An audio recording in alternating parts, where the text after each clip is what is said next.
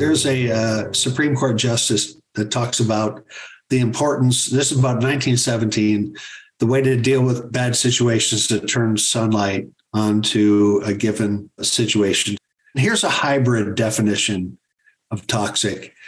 A toxic company or church is where one of the more systems and processes are inaccessible, non-existent, or bent to favor personalities or like roles. When certain topics are off limits, leaders punish dissent through staff meetings or from the pulpit, if it's a church. An inner circle wields power.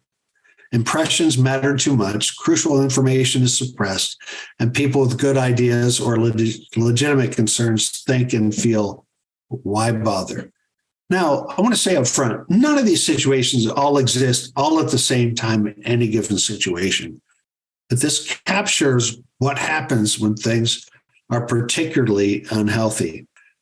Here's what I've identified. Some unhealthy situations are because of competence and alignment factors, meaning the leaders are not in the right role. They're not in the right seat on the ship. They may be great people. They should not be fired. They should not be disciplined, but they are not where they belong. It's a competence issue or an alignment of their gifts to the situation. And I've seen this on a pretty consistent basis. The second one is a legacy issue, an unresolved matter from the past or matters make a situation unhealthy. So if you're in a conflict in that world, neither you or maybe even the leaders are aware of all the dynamics. I've seen more of this third category, where there are tolerated behaviors because an inner ring exercises excessive control over the organization of the church community or even the broader community.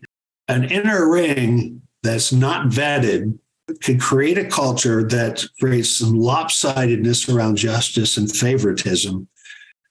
How that answers the toxic culture thing. So if somebody out there feels damaged by something that happened 5, 10, 15, 30 years ago, what's not comforting, what's not rewarding is to move on and not know how people are doing, to be living in the fear of unresolved conflicts. If they know there are resources they can get on the horn with, that itself helps out a lot. The other thing I've noticed is that a really great experience can nearly erase a bad experience. Things are going really well. They have fellowship. They're being strengthened, being edified, maturing. And then when they connect to a previously poor experience where the door is open, it can go a whole lot better, you know.